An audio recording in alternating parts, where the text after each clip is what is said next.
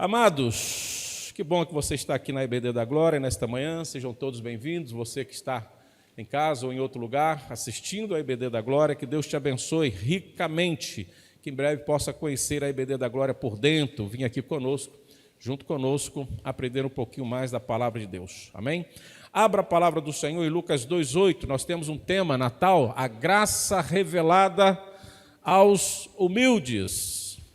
Natal, a graça revelada. Pensei que era o fundo do copo que caiu. Puxei. Puf.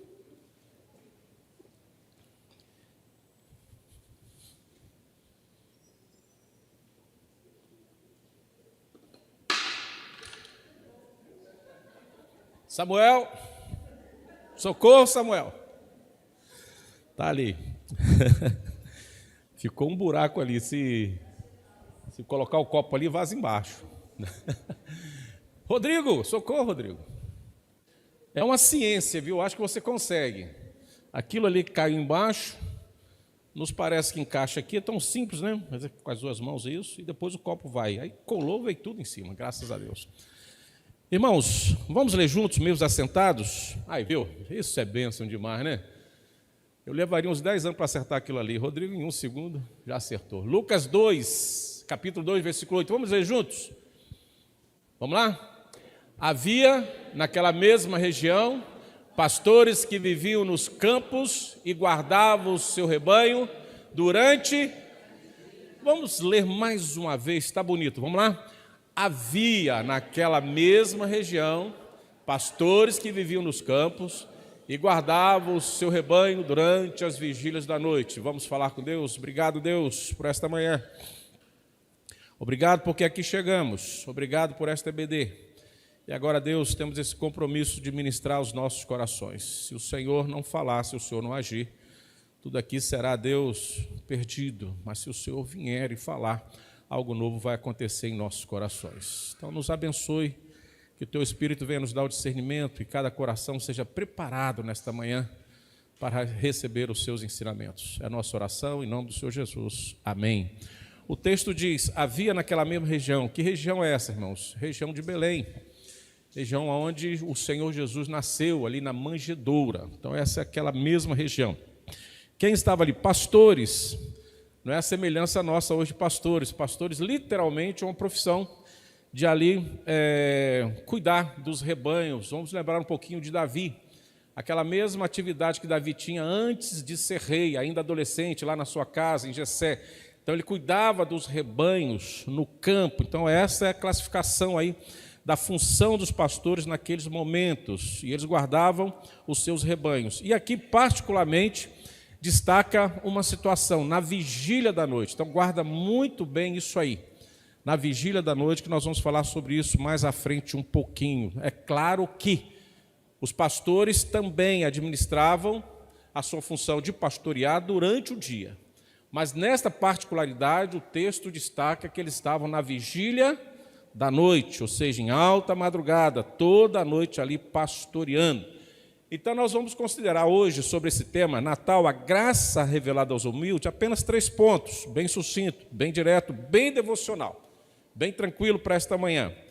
Primeiro ponto que eu quero considerar com os irmãos é que Deus intervém na minha vida comum, na sua vida comum, na nossa caminhada comum.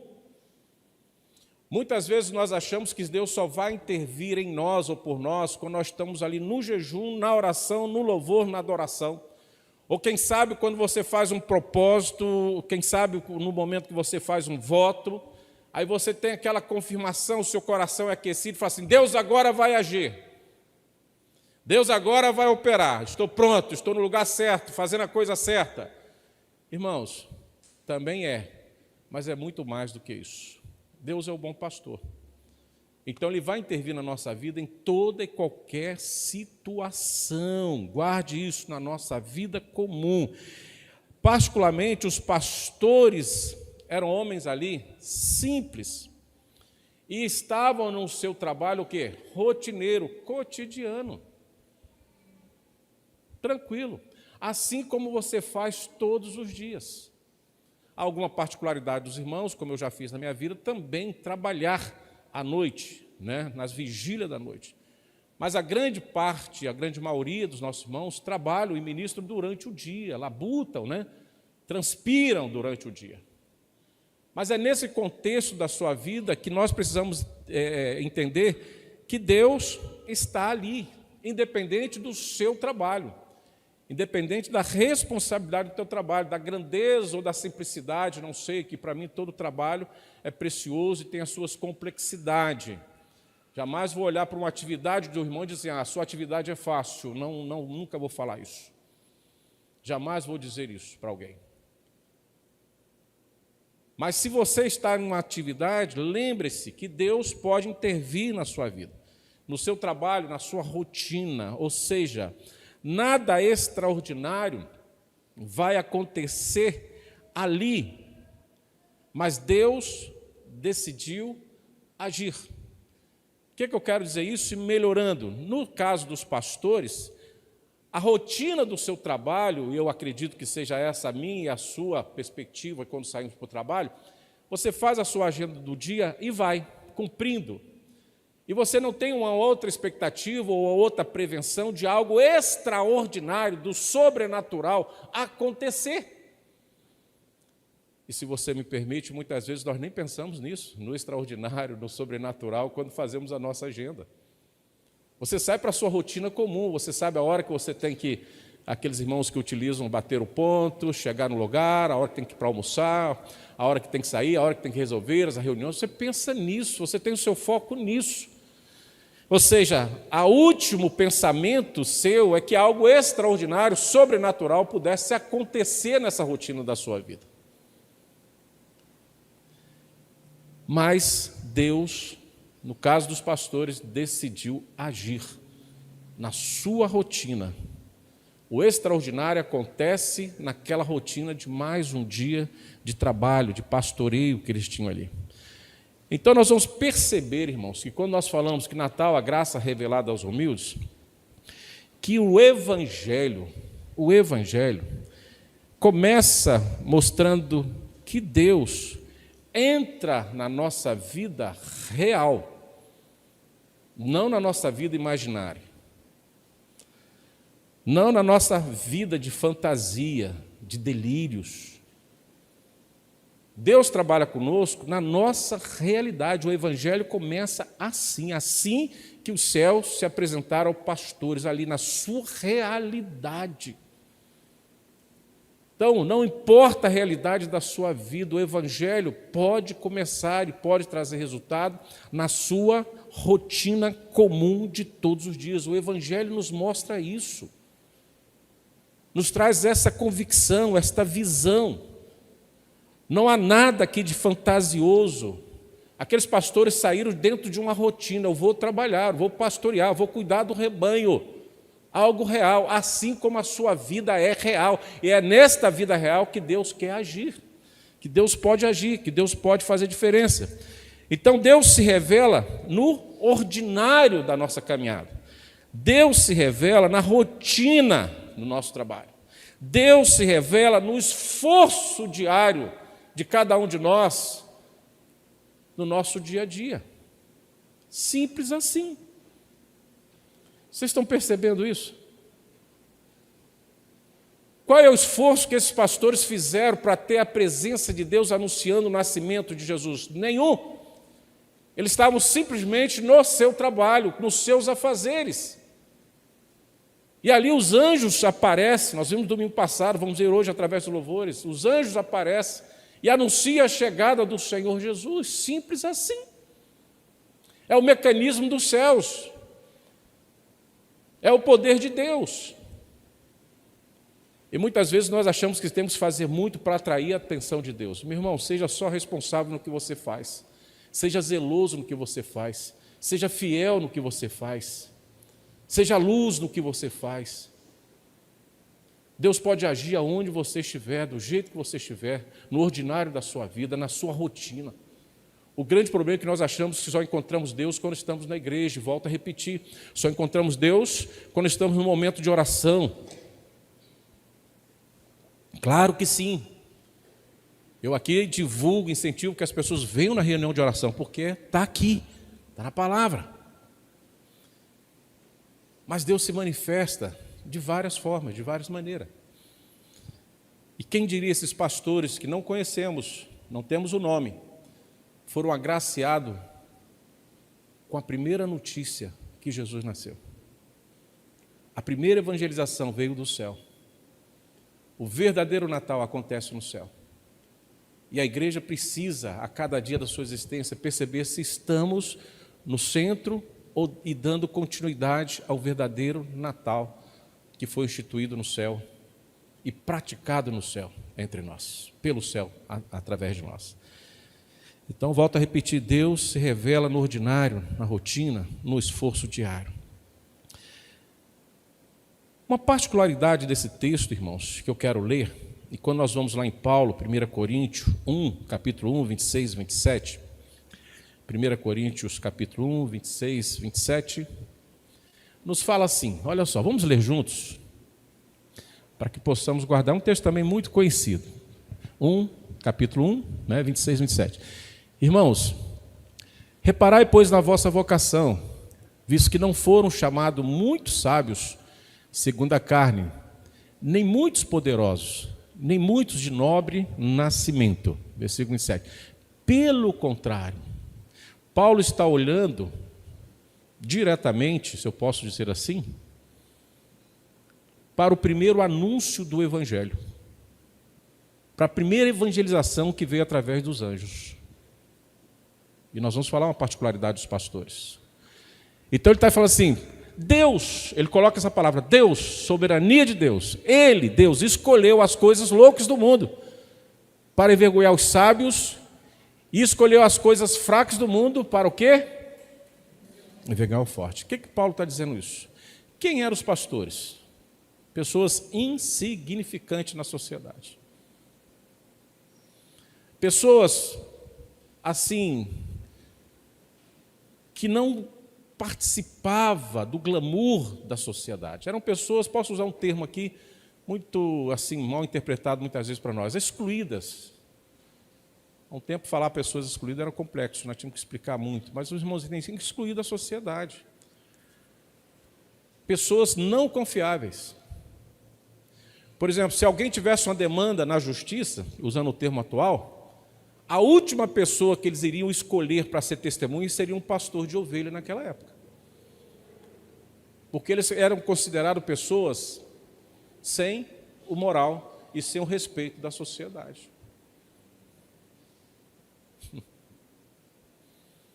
Qual seria hoje uma profissão que você pudesse classificar assim, olha, é difícil um cara desse pela sua profissão entrar no céu? Não vamos falar nada aqui, tá, irmãos? Deus é que sabe, Deus escolhe tudo em todos. Por favor. Só para você, muitas vezes, fala assim, nossa, é muito difícil ter essa profissão, é muito difícil esse cara aí entrar no céu. Não é isso? Muitas vezes nós falamos isso, pensamos nisso, esse aí está condenado. Mais ou menos seria isso. Uma atividade comum na sociedade que não tinha respaldo na alta sociedade, em nenhuma pessoa. Por isso que eles viviam, até pela questão particular do seu trabalho, que era no deserto, escondidos, mas não tinha vida social na igreja, não tinha vida social na cidade, viviam longe das suas famílias. Pessoas que muitas vezes não tinham uma higiene adequada. E aí você vai. O que é viver num deserto, você mais ou menos já vai sentindo aí o drama do que eram essas vidas. A única particularidade que eu defendo aqui, e quero ampliar nessa visão dos céus, atingir esse humilde, essa pessoa simples, para humilhar os mais fortes, é que esses camaradas, embora injustiçados na sociedade, eram trabalhadores. Eram trabalhadores. Pegaram aí? Pegaram esse detalhe? Mesmo discriminados, eles trabalhavam, tinham zelo na sua função. Por isso que Paulo frisa, que Lucas vai frisar e vai dizer que eles estavam na vigília da noite, pastoreando, trabalhando, irmãos. Quem trabalha à noite sabe o que é uma noite de trabalho. Não é fácil. Então, quando você chega das 2 horas em diante, misericórdia, para você se manter, só Jesus na causa. Quem trabalha à noite sabe o que eu estou falando. Não é fácil. Né? Até meia-noite você vai bem, depois de meia-noite às 2 você consegue, agora de 2 às 6 da manhã, misericórdia. Aí a gente clama pela aurora, porque a gente já não tem mais limite para ficar. E os pastores precisavam ficar, porque os lobos não marcavam horário para atacar. Era qualquer hora. Eles tinham que preservar. Só guarda esse detalhe. Deus está agindo no ordinário, na rotina de quem trabalha, independente do conceito, do julgamento dos demais. Por isso que Paulo fala, nem muitos poderosos, nem muitos de nobre, pelo contrário, Deus escolheu as coisas loucas do mundo para envergonhar os sábios. Depois nós vamos falar mais um pouco isso.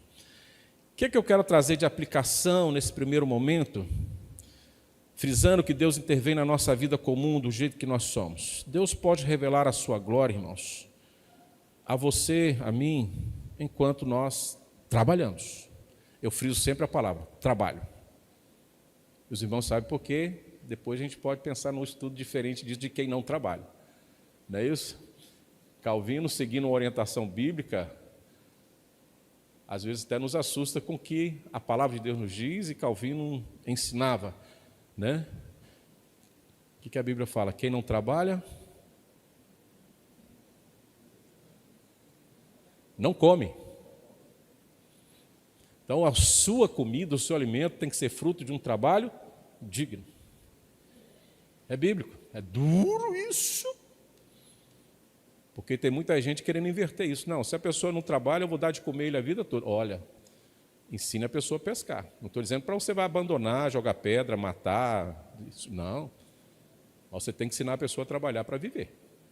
Fora disso, está fora da Bíblia. Olha que coisa impressionante. Olha que coisa impressionante. A Bíblia jamais vai excluir alguém de fazer o bem, de ajudar alguém. Mas você não pode ser Deus dessa pessoa, dono dessa pessoa. Você tem que ensinar ela a trabalhar com seus próprios, a sua própria força, enfim. Então, todo projeto de apoio precisa gerar, num segundo momento, uma fonte de renda para esta pessoa, para que ela seja independente. É o trabalho que dignifica o homem. Né? Posso ilustrar e talvez vocês, como eu estou indo embora, eu vou deixar esse problema para vocês depois resolver. Imagine se o pastor Arildo, o conselho nos chamasse e há 15 anos eu estivesse em casa só deitado e recebendo. Eu acho que eu não ficaria aqui nem 6 meses. Sim ou não? Hã? 6 meses já é muito, né, Eliseu? Estou pagando o pastor, não sai de casa, só dormindo, andando ali na praia e tal, vem, pegando um bronzinho, e nada. Qual seria a visão da igreja para o pastor?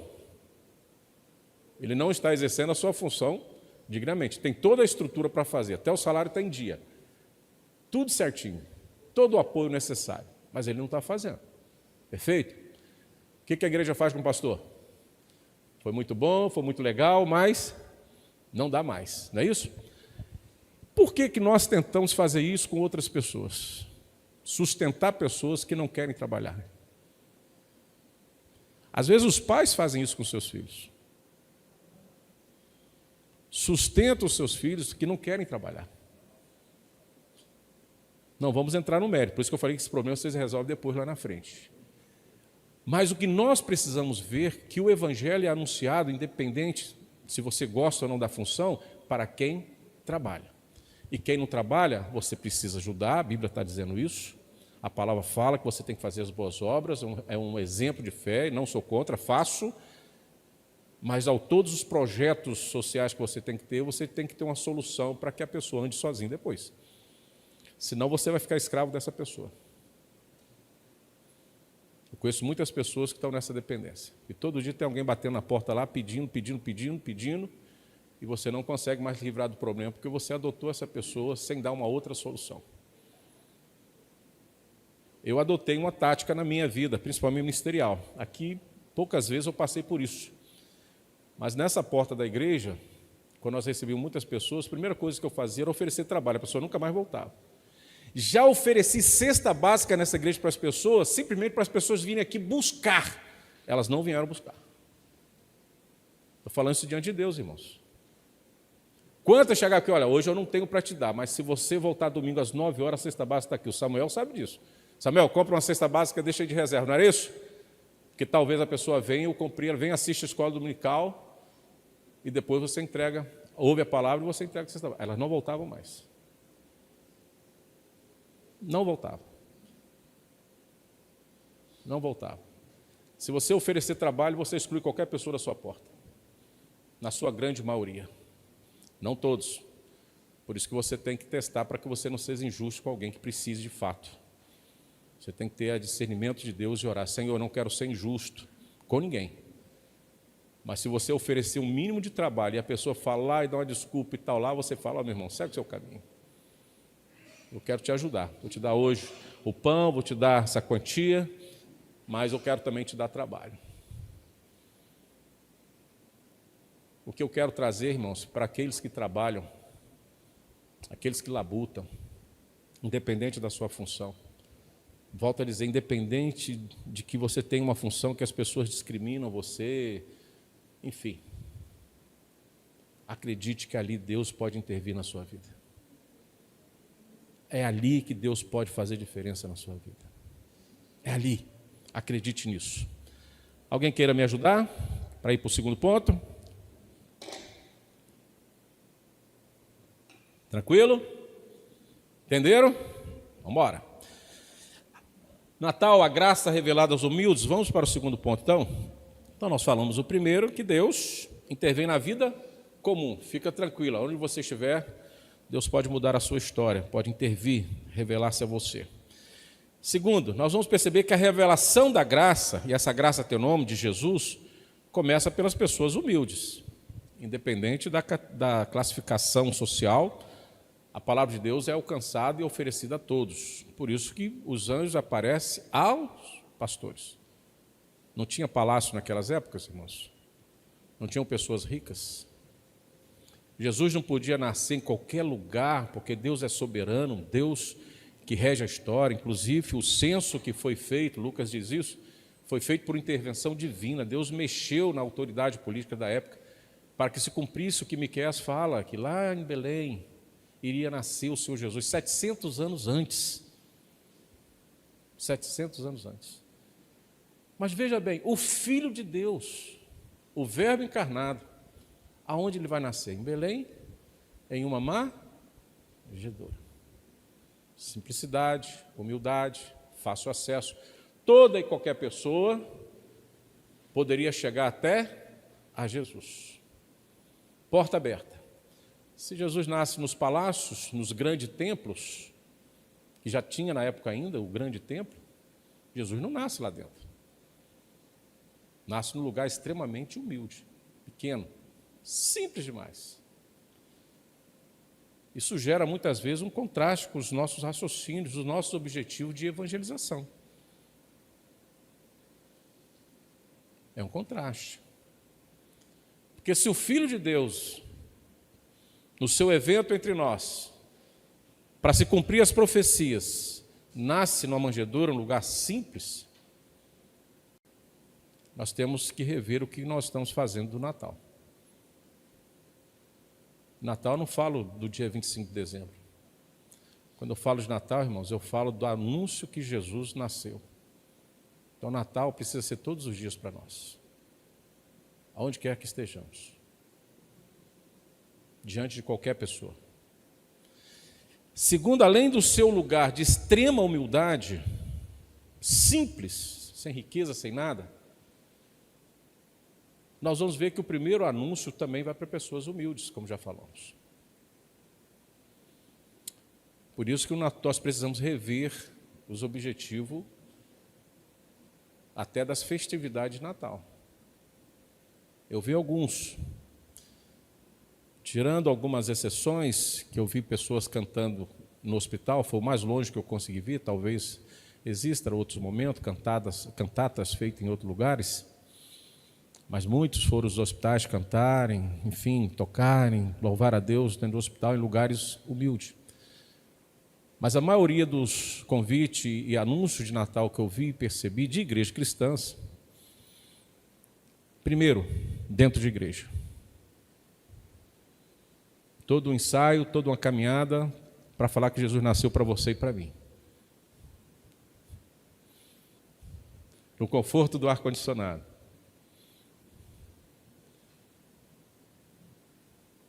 Dentro de igrejas. Segundo lugar, no ranking dos convites, shoppings. Shoppings. Quem pode entrar no shopping hoje, irmãos? Pode ser que tenha, eu não recebi, pode ser que exista alguma igreja cristã fazendo diferente. Pegando lá um terminal do Transcol, cantando ali para os trabalhadores que vão pegar o ônibus logo cedo, ou no final do turno. Talvez em outros lugares que há muitas pessoas humildes, por exemplo, num centro de reciclagem. São trabalhadores humildes, de extrema importância.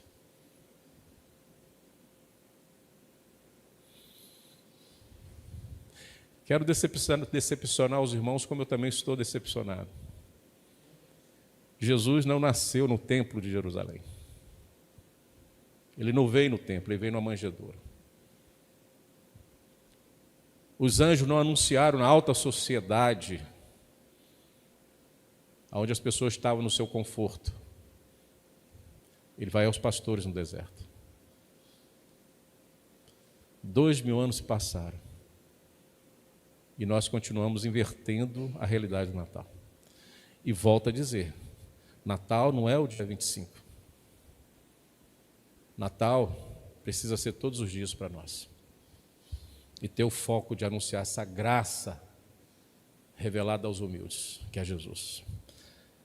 Os pastores, já falei, a revelação da graça começa pelos humildes, isso é uma verdade. Por isso que Paulo vai dizer lá, irmãos, reparai, pois, a vossa vocação, visto que não foram chamados muitos sábios segundo a carne, nem muitos poderosos. Foram chamados alguns, mas nem muitos, né, segundo a carne, nem muitos poderosos, nem muitos dos nobres de nascimento. Pelo contrário, Deus escolheu as coisas loucas do mundo para envergonhar os sábios. Foi Deus que fez isso, não é invenção humana. Quem estava no céu para aconselhar a Deus, fala assim, Jesus precisa nascer num palácio. Ninguém. Deus falou assim, ele vai nascer numa manjedoura. Pronto, nasceu. Não, vamos anunciar as pessoas mais importantes, poderosas da época do nascimento de Jesus. Vamos mandar os anjos lá, gente, os anjos. Não foi eu nem você, foram os anjos. Aí Deus falou assim, não, vou anunciar os pastores humildes no campo. E nós hoje invertemos tudo isso? Temos coragem de inverter tudo isso? Precisamos rever isso. Volto a dizer, se os irmãos me permitem, precisamos corrigir isso na nossa história. Tem tempo ainda. Tem tempo e momento e situações. Está tudo preparado para ouvir de Jesus aí fora. A igreja precisa pensar nisso. Então a graça começa pelos humildes. Os pastores eram marginalizados, quando eu falei socialmente, mas foram os primeiros a ouvir as boas novas. Os primeiros. Volto a repetir, não foram os sacerdotes no templo, nem os reis no palácio, mas, irmãos, homens simples no campo, pessoas humildes. Lucas 1,52, coloca para nós aí, Lucas 1,52. Mais uma vez, ora, ênfase, além lá, se você vê lá no Sermão do Monte, o primeiro versículo, dos bem-aventurados, você vai ver que é a pessoa dos humildes. Resguardado algumas proporções, né? Mas nós vamos perceber ali que também são os humildes. Olha o que Lucas está dizendo. Derribou do seu trono os poderosos. E derrubando os poderosos dos seus tronos, qual a segunda consequência de Deus? A atitude de Deus, gesto de Deus. Exaltou os humildes. Duro isso, né? Mas são coisas que vêm de Deus, vêm do Evangelho. Vem para nós. Então, essa é a marca do reino, essa é a marca do Natal, do nascimento de Jesus. A graça que alcança quem não tem mérito algum. Esse foi o primeiro objetivo do Evangelho, pregado pelos anjos. Irmãos, eu tenho assim, muita curiosidade de ver um dia um anjo. Talvez eu já vi e não percebi. Mas a gente fala tanto de anjo, e a gente pensa que anjo é aquele ser, assim, de luz, muita coisa, muito brilho, que ele cheguei. Mas eu acho que nós vamos ficar decepcionados quando a gente vê os anjos. Sabe por quê? Porque eu não consigo ver os anjos com maior glória do que Jesus. E o Verbo encarnado veio numa manjedoura. Eu acho que os anjos que não decaíram jamais iriam aceitar uma posição acima de Jesus. Jamais. Jesus veio na manjedoura. Então a graça, a marca registrada, né, do reino, da evangelização, é alcançar quem não tem mérito algum, porque quem sabe Deus está preparando um mérito semelhante ao nosso, a salvação. Isso é possível anunciando a palavra de Deus. E os anjos fizeram isso sem nenhum receio. Sem nenhum receio. Foram simplesmente anunciar o Senhor Jesus. Domingo passado nós vimos aqui, como é que era o tema da cantata, do musical? Anjos, prepare-se. Foi isso? Prepare-se para quê? Para anunciar. E falamos da nossa fala aqui no finalzinho, muito rápida,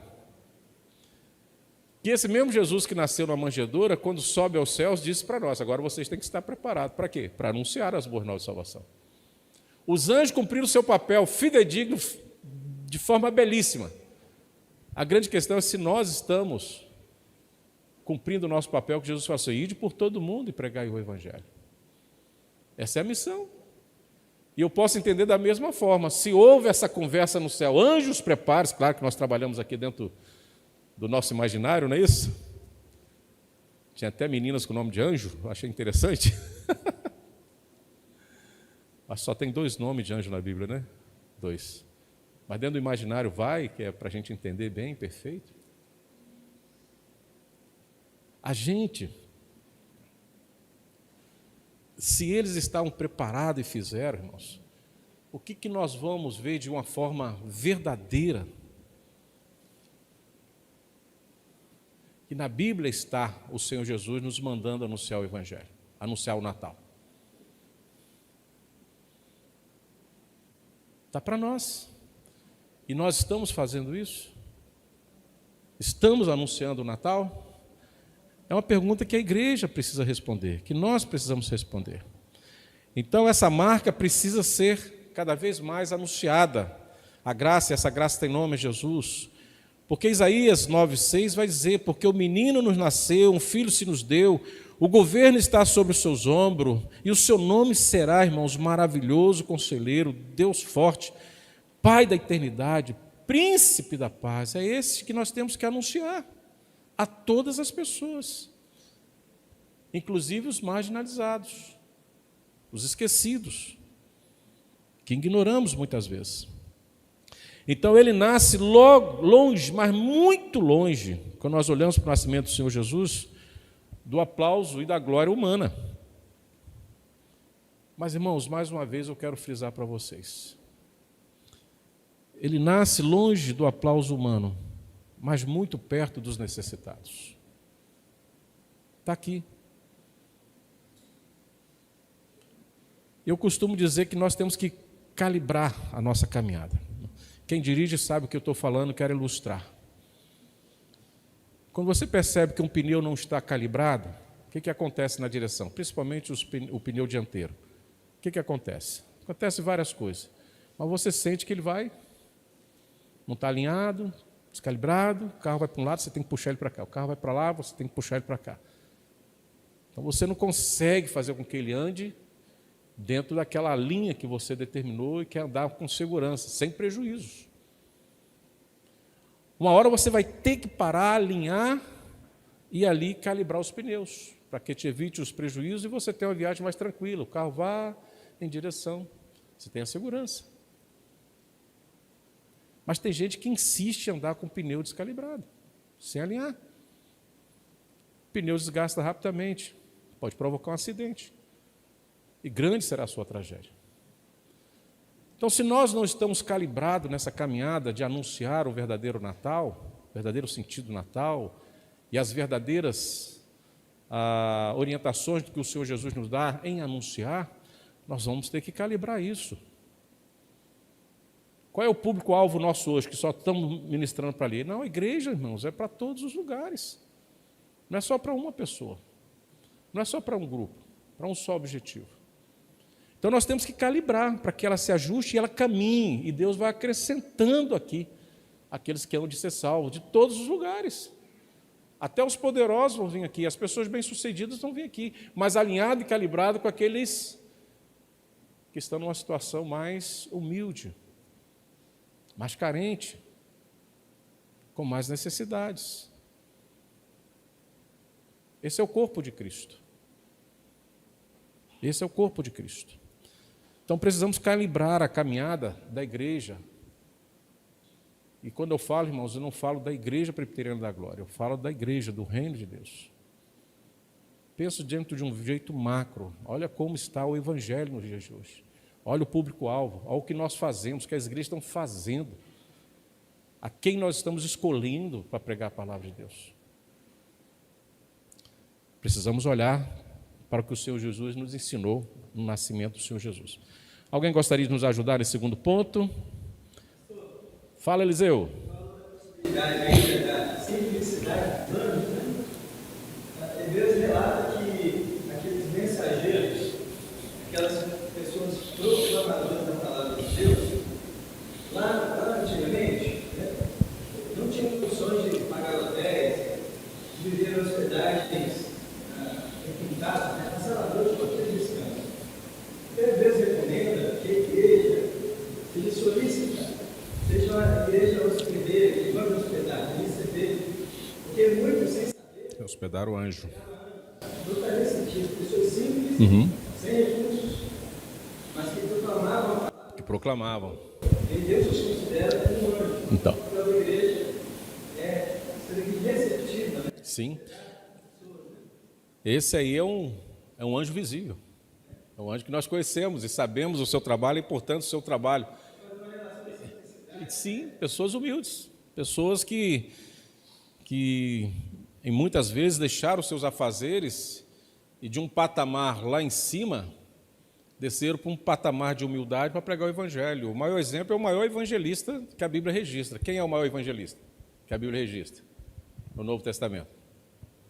Quem é? O maior missionário? Quem? Paulo. Paulo, antes de ser missionário, tinha tudo, irmãos. Tinha tudo, até autoridade, tinha muito poder. E quando ele deixa de ser esse tudo, ele se torna uma pessoa extremamente humilde, carente do apoio, do acolhimento da igreja. Se torna esse anjo cheio de humildade. Ele chega até a dizer que ele já aprendeu a viver de várias formas, né? Ele declara isso, até passando necessidade. Mas não deixou de evangelizar. Então tem muitos príncipes, como o pastor Hernani diz hoje, príncipes do evangelho, que deixaram tudo para pregar o evangelho. E muitas vezes nós não temos essa visão de ajudá-los. E até quero parabenizar a igreja, particularmente a Igreja Presbiteriana do Brasil, que eu posso falar. É uma igreja que, dentro das suas possibilidades, ela tem a visão missionária desses anjos que estão aí espalhados em todos os cantos da terra. Homens extremamente inteligentes, poderiam ser bem-sucedidos em várias situações, mas escolheram simplesmente pregar a palavra de Deus. E a igreja, dentro da sua limitação, ainda investe nesses homens, e investe em homens que são chamados por Deus para ir em lugares que não tem sequer um cristão. ainda corre risco de vida, e a igreja investe ali, vê a necessidade, muito tempo de estudo, e depois há ajuda, as igrejas se juntam, mandam oferta e tal. Vimos aí a oferta da SAF Nacional, vimos a oferta da igreja aqui ajudando, vimos a oferta missionária este ano, dos eventos missionários. A própria Igreja da Glória tem uma verba missionária fixa para várias pessoas, para vários missionários que nós ajudamos a manter no campo. E essas pessoas sequer, irmãos, pode dar a não ser quando eles podem vir aqui dar uma palestra para nós, eles não acrescentam, vamos dizer assim, materialmente, fisicamente, em nada na igreja. Eles não dizimam aqui, eles não fazem evangelização aqui, mas a igreja entendeu que eles são o quê? Esses anjos. E que precisa ser alcançada. Qual igreja dessas modernas estão fazendo isso? Investindo em homens e mulheres que não pode trazer nenhum retorno. Quando eu trabalhei no hospital evangélico, irmãos, eu criei um programa pós-alta. Depois eu mesmo cancelei o programa, não fui mais à frente não. E o programa era o seguinte: toda a alta daquele paciente, como não todos os pacientes, que eu não tinha como acompanhar, mas aquele paciente que eu acompanhava diariamente, recebia alta, eu procurava saber onde ele morava. E ali via se tinha uma igreja presbiteriana, tentava ver uma assembleia, uma batista, e conversava com ele: você quer que eu passe para o pastor mais próximo, te acompanhar em casa e tal, e tal, e tal? E aí ele disse: não, pastor, tudo bem, tudo certinho, eu quero sim. E procurava essa liderança mais próxima possível. Era um trabalho árduo para descobrir que você, uma pessoa que mora lá em Itaenga, descobrir um pastor próximo é difícil, era muito difícil. A gente tinha que perguntar a muita gente para alcançar isso. Mas eu tive algumas notícias, algumas respostas, que a maioria das pessoas que iam para um leito, ganhavam alta e ficavam em leitos, eles eram dependentes de ajuda. E a maioria das lideranças falou assim: eu vou gastar meu tempo com esse, minhas palavras essas, tá? Minhas palavras. Eu vou gastar tempo com esse, você não vai poder dizimar nem trabalhar, ainda vai tirar o meu tempo.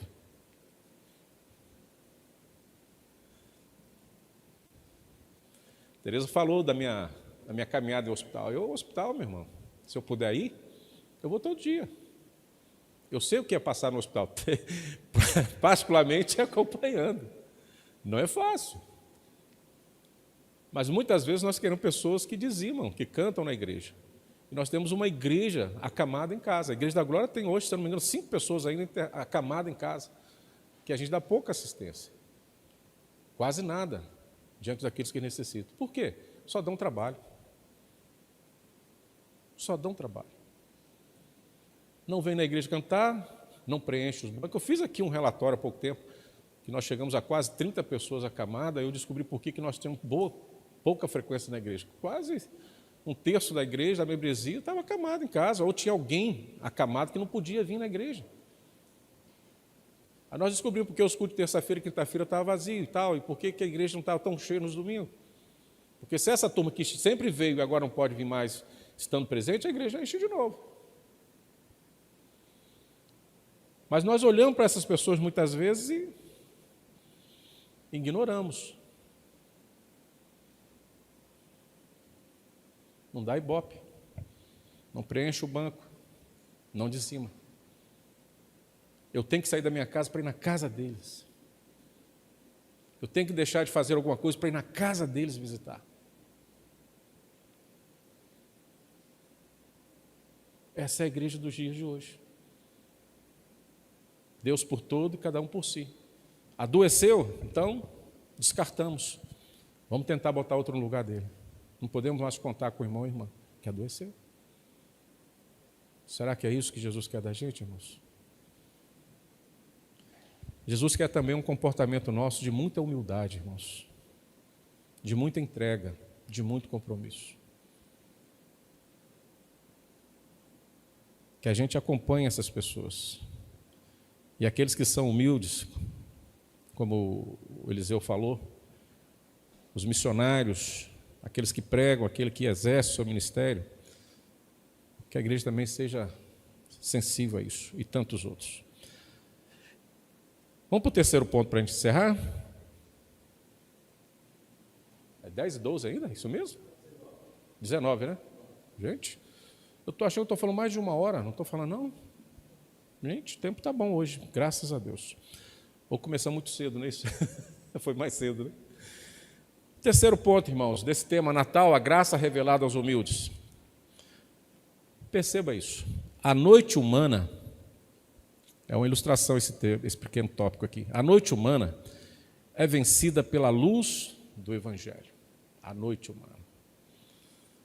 Ei, irmãos, o que é uma noite, hein? Magali, Suzy, não sei quem mais aqui lida já lidou, né, com pessoas enfermas, ou se você já passou mal. Irmãos, a noite tem umas particularidades, né? Que parece que tudo que vai agravar à noite. Não é isso, Magali? Às vezes o paciente passa tranquilo o dia, mas não sei que mistério é esse, só Jesus. Lá no hospital vocês viveram muito mais isso do que eu, que você estava ali no plantão. Eu vivia assim, passava o dia com o paciente, deixava ali conversando, falante, aí chegava no outro dia já estava na UTI, agravou. Falei, mas que agravou? Gravou e pá. A noite tem mistérios. A noite não é fácil.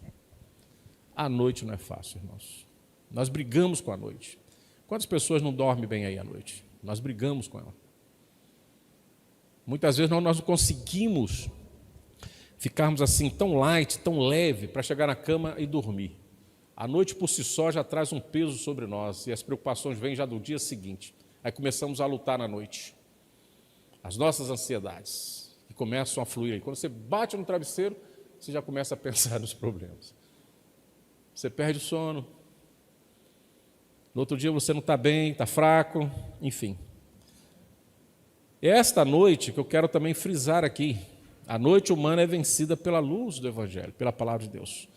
Lucas destaca que era durante as vigílias da noite. Por isso que eu falei lá no início, lembra?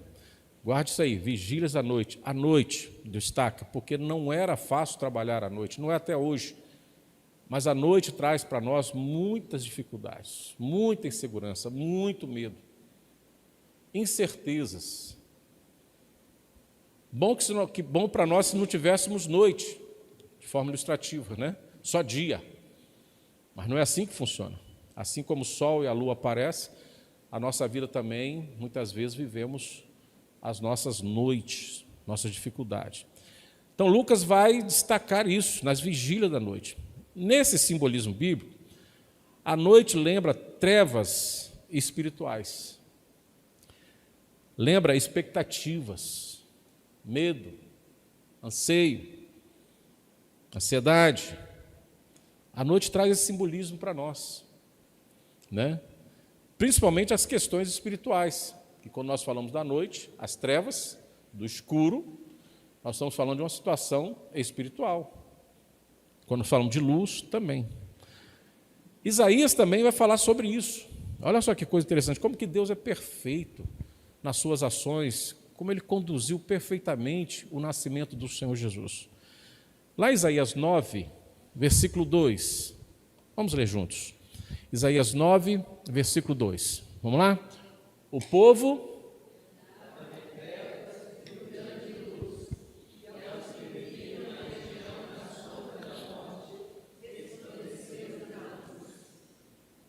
Isaías fala das trevas da nossa luta, da nossa angústia, não da noite propriamente dito.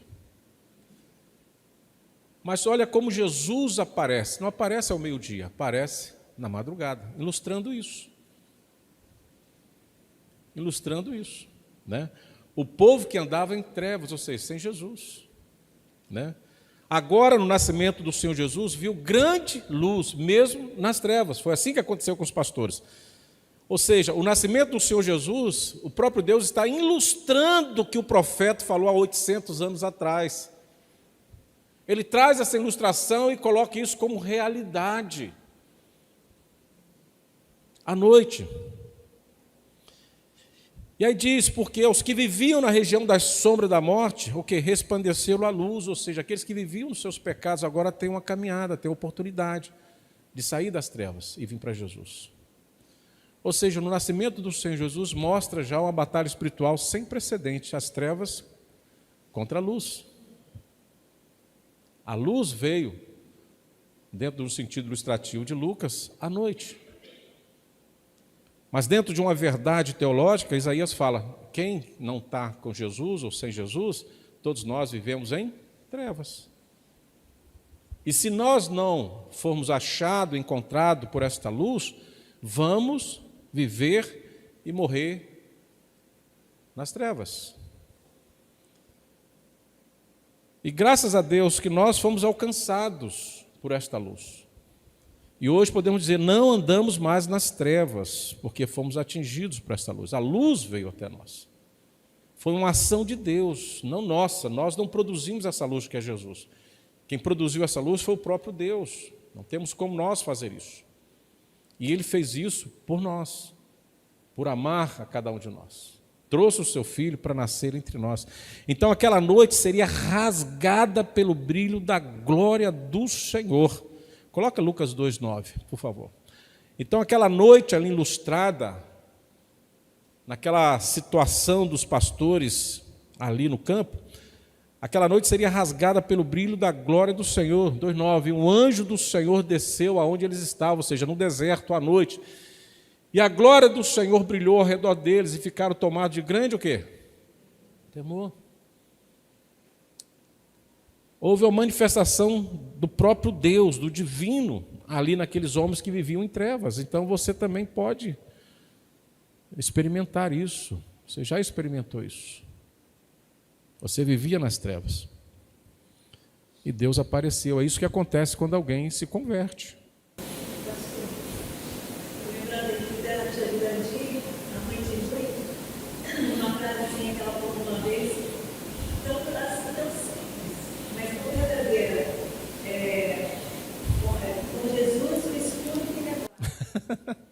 Pensa isso aí. Com Jesus no escuro, tudo fica claro. Essa é a ideia central do Evangelho. A luz brilha e as trevas se dissipam. Não é isso? Então, o nascimento do Salvador inaugura uma nova aurora, um novo dia, na minha vida, na minha história, na sua história. E isso precisa acontecer em outras e outras vidas por aí. Esse é o Natal, irmãos. Esse é o objetivo do Natal. E nós precisamos voltar a essas práticas, se já não estamos nela, né? Precisamos administrar isso. Pedir a Deus que conduza a igreja para que esta luz possa brilhar cada vez mais na vida das pessoas, em todo canto, em todo momento. E Jesus mais tarde, Ele vai declarar, irmãos, lá em João 10:11, do seu papel como bom pastor, né? Um versículo muito conhecido, João 10:11, que diz: eu sou, vamos lá igreja, eu sou o bom pastor dá vida pelas ovelhas. Ele é aquele pastor que está no deserto da sua vida. Ele é aquele pastor que está na escuridão da sua vida, na noite da sua vida, na dor da sua vida, na luta da sua vida. Ele é aquele bom pastor que conduz a sua vida, que se faz presente, independente do seu momento, se você está em casa, se você está no hospital, se você está num dia de lazer, se você está na sua rotina, Ele é o bom pastor que cuida de você. E cuida ao extremo. E como foi necessário esse cuidado ser assim levado a um extremo, Ele deu a sua própria vida por mim e por você. E veja bem, independente do grau das trevas, da noite que eu estava vivenciando, Ele veio até mim, Ele chegou até mim e morreu por mim. Não é isso que a Bíblia fala, que Ele veio sendo nós ainda pecadores? Estávamos vivendo nas trevas. E quando Ele segue essa orientação e esse seu ministério de nos pastorear e dar a vida por nós, Ele se transforma no nosso bom pastor, de luz, de salvação, para todo sempre. E olha que Ele nem questionou a minha realidade. Olha que Ele nem questionou a sua realidade, a nossa realidade. Os anjos poderiam dizer, não, aos pastores não, outro grupo de pessoas, me leve para o palácio, me leva para o templo, lá que eu quero falar que Jesus nasceu. Eles não questionaram. Eles foram aquelas pessoas marginalizadas, esquecidas, ignoradas socialmente. E ali anunciou Jesus. Então, quando Jesus entrou na minha vida e na sua vida, irmãos, Ele não considerou as trevas que eu estava vivenciando, os erros que eu estava cometendo. Simplesmente por amor, Ele entrou na minha vida e trouxe luz e transformou a minha caminhada. Sem questionar. Sem uma visão de limitação, de dificuldade. Simplesmente por ser o bom pastor. Simplesmente por ser o bom pastor. E a sua bondade chega a um ápice, que Ele diz assim ao Pai: se preciso for, eu morro por eles. E Ele vai à cruz e morre por mim e por você. Não desistiu de nós. Eu sou o bom pastor da vida pelas ovelhas. Então, o pastor da eternidade, Ele ainda continua nos guiando, Ele ainda continua nos salvando, Ele continua ainda nos protegendo, mas também Ele quer que você e eu, assim como Ele fez, venhamos buscar os perdidos. No nome dEle, salvar os perdidos, para a glória dEle. E eu quero encerrar com algumas aplicações e conclusões, dizendo à igreja: o Senhor vê os campos, independente do seu local de trabalho. É um campo que o Senhor vê, enxerga, te conhece, sabe que você está lá. Deus vê o seu cansaço,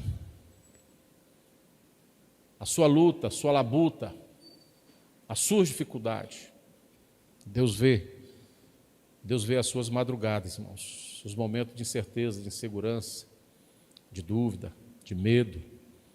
Deus vê. A graça não depende em nenhum momento de posição social. Cristo também pode alcançar e quer alcançar, como tem alcançado, corações humildes. Não despreze um coração humilde que chegar à sua frente, que estiver diante de você. A luz de Cristo vence trevas de pecado.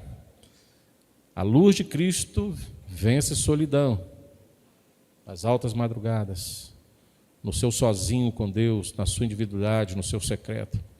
A luz de Cristo vence doenças. A luz de Cristo vence medos ou medo.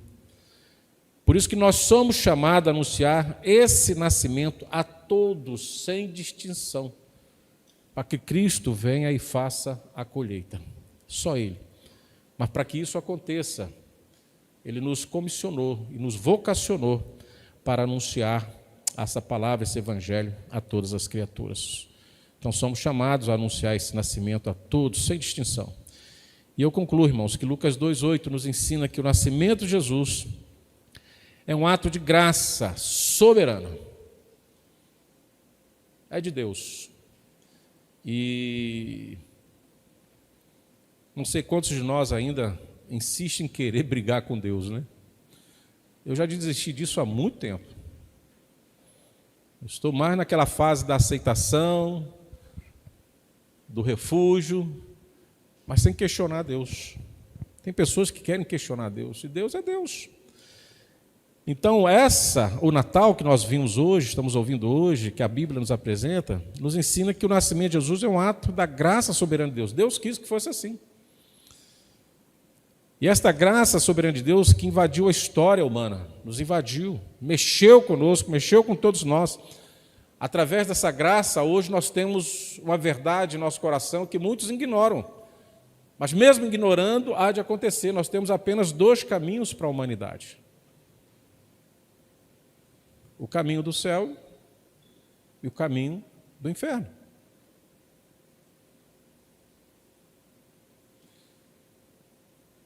Esta é a verdade. Não existe outra. As pessoas estão vivendo com as vãs filosofias, querendo trazer para você, a longe do que a Bíblia nos fala, o que vai acontecer depois da morte. Tem gente que nunca morreu e quer falar depois da morte. Me mostra alguém que voltou, que não seja Jesus Cristo, para falar com autoridade sobre nós, que caminhou aqui mais de 40 dias, que deu prova incontestável da sua ressurreição. Ele pode falar o que acontece depois da morte. Ele pode nos orientar o que temos que fazer para que depois da nossa morte não venhamos sermos achados aí sim numa treva eterna, sem luz, Essa verdade precisa ecoar entre nós. Então ele dividiu, bagunçou a história, né? Alcança os humildes e derrama luz em nossa noite espiritual, que estamos vivendo ainda essa noite espiritual. Essa noite espiritual, irmão, só vai deixar de acontecer quando chegarmos no céu. Aí será luz para todo sempre. Mas enquanto estamos nessa luz espiritual, nas trevas espirituais, ou nessa luz, nessa treva espiritual, nós podemos contar que Deus vem derramando luz sobre nós, nos mostrando o caminho, nos conduzindo. Então peço nesta manhã, irmãos, a IPB da Glória, viva como um povo humilde, viva na total dependente da graça, essa graça tem nome, Jesus, e vamos viver, irmãos, dispostos a anunciar Cristo a todas as pessoas. Não discrimine nenhuma pessoa que esteja diante de você. Viva isso. Viva como um povo humilde, longe da soberba. Viva na total dependência da graça. A graça tem nome Jesus. E como igreja, vamos estarmos cada vez mais dispostos a anunciar Cristo a toda e qualquer pessoa, independente da sua situação. Deus pode transformar vidas. Deus pode fazer diferença em todo lugar. Amém?